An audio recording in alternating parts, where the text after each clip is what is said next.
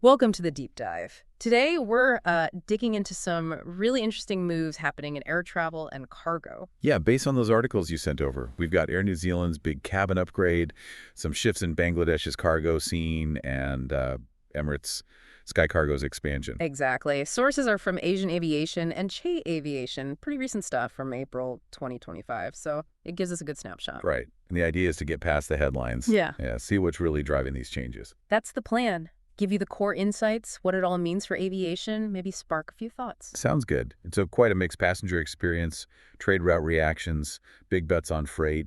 Shows how dynamic things are. Okay, let's start with Air New Zealand. Their first Boeing 7879 Dreamliner, the retrofitted one, is back in Auckland. Took 184 days in Singapore. Yeah, and they're building it as a world-first full nose-to-tail retrofit for the 787-9. Which sounds extensive. Well, it is. Nose to tail means basically everything inside. It's not just, new seat covers. Right. We're talking completely new seats in every cabin. New carpets, curtains, even the lavatories are getting an upgrade. Wallpaper, hands-free bins, Yeah. the works. Focusing on the whole journey then, and these new seat types. Business Premier Lux. That sounds fancy. It does. Plus redesigned regular, business premier, premium economy, and economy. So upgrades across the board. And a new entertainment system.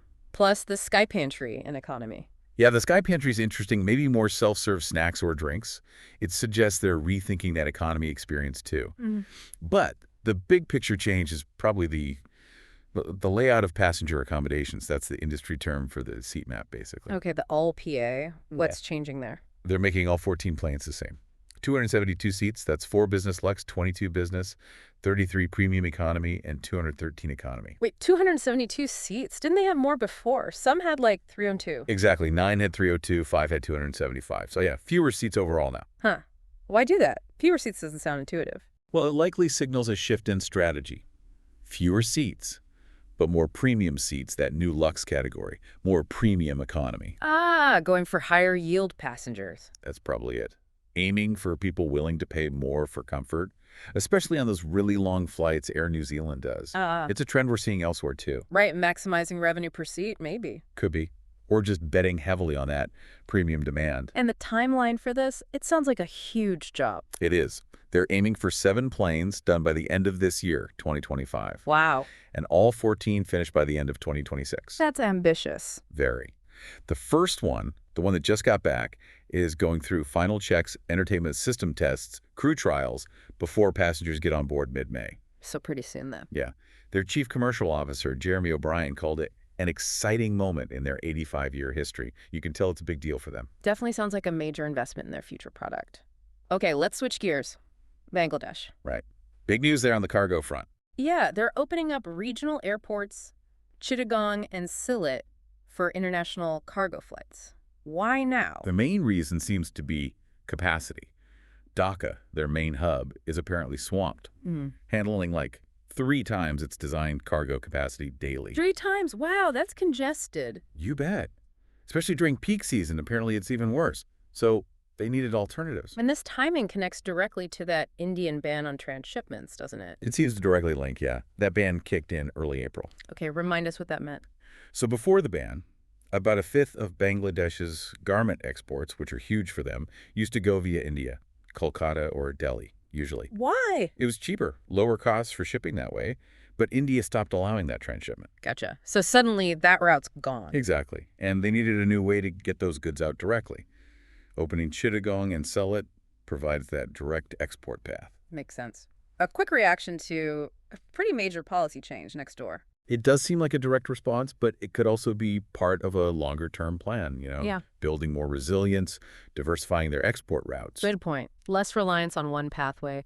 And they're doing other things too, lowering fees in Dhaka. Yeah, lowering fees there, maybe Huh. to ease the pressure slightly, and planning a whole new terminal by the end of 2025. Okay, so short-term fixes with the regional airports, plus a long-term capacity boost plan for Dhaka. Looks like it. A multi-pronged approach to tackle the congestion and the new trade reality. Right.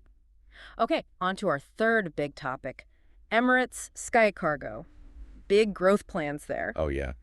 They're planning to double their freighter fleet. Double. Yeah, double. Yeah. Up to 21 freighters by the end of 2026.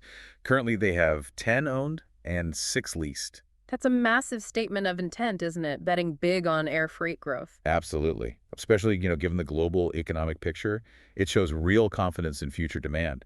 They're expecting 11 new Boeing 777 freighters. And it's not just about more planes, is it? The articles mention strategy. Right. They're talking investment in modern infrastructure, tech, and especially specialized logistics. Like for pharma and perishables. Exactly. Stuff that needs careful handling, temperature control, speed. That's often a higher value part of the cargo market. So targeting specific niches? Seems like it. And expanding their network, too. Currently fly freighters to 38 places, planning to add 20 more. They just added Tokyo and Copenhagen. So more planes, more specialized services, more destinations, and their current fleet is a mix. You mentioned owned and leased. Yeah, it's a bit complex. They've got some wet lease 747s. Wet lease includes the crew, right? Right. And then they have 777 freighters. Some are dry lease, just the plane, and some they own outright. Plus 13 more 777s on order now. And this is just the cargo side. The whole Emirates group is growing massively, too. Yeah, the broader plan is for the entire Emirates fleet to top 300 aircraft by 2030. They have like 309 planes on order across the group. It's huge scale. Wow. And underpinning the cargo growth is that plan for Dubai World Central, DWC. Ah, yes. Turning it into the world's biggest cargo hub. That's the vision. Handling up to 12 million tons a year eventually. Yeah. It just shows Dubai's ambition as this central global logistics point. Incredible scale. Okay, one last piece connected to Emirates, this partnership with Teleport. Right, Teleport being AirAsia's cargo arm. So what's the goal of this tie-up? It's an MOU, a Memorandum of Understanding. Basically, they want to link up their networks better, especially for freight between Southeast Asia and the rest of the world. How? Through things like better interline options so cargo can move smoothly between their networks and block space agreements where one airline guarantees space on the other's flights. So for Emirates, this gives them better reach into Southeast Asia. Exactly. Teleport uses the belly space on all the AirAsia planes, hitting over 100 destinations there. Plus, Teleport has its own freighters and deals with other airlines too, so it massively expands Emirates' footprint in the region. Okay. And for Teleport? They get access to Emirates' huge global network, Europe, Africa, the U.S., places AirAsia doesn't fly much directly. So a win-win. Connects Southeast Asia to the world via Dubai. Seems like it. A smart way for both to expand their reach without having to fly everywhere themselves. These partnerships are becoming really key in global cargo. Makes sense. Okay, so wrapping this all up, what are the big takeaways here? Well, I think we're seeing a few key things. First, Air New Zealand is making a really significant quality-focused investment in its long-haul passenger product. Yeah. Definitely pushing premium. Right. Second, Bangladesh is showing how countries have to adapt, sometimes very quickly, to shifts in trade routes, boosting their own infrastructure like those regional cargo airports. Yeah, that reactive element was clear. And third, Emirates is just making this incredibly bold bet on the future of air cargo, expanding its fleet, its network, and deepening partnerships to really cement Dubai's position. So passenger upgrades, cargo adaptation, and major freight expansion. It really highlights how airlines and regions are navigating, well, a pretty complex global scene. Definitely. Different strategies for different challenges and opportunities. And for everyone listening, these aren't just abstract industry moves, right? This stuff shapes how we travel, the comfort we experience, and even how the goods we buy get around the world. Absolutely. Which leaves me wondering, are these changes, the focus on premium, the shifting cargo routes, the massive hub investments, are we seeing the start of a really big shift in how global aviation works, both for people and for freight?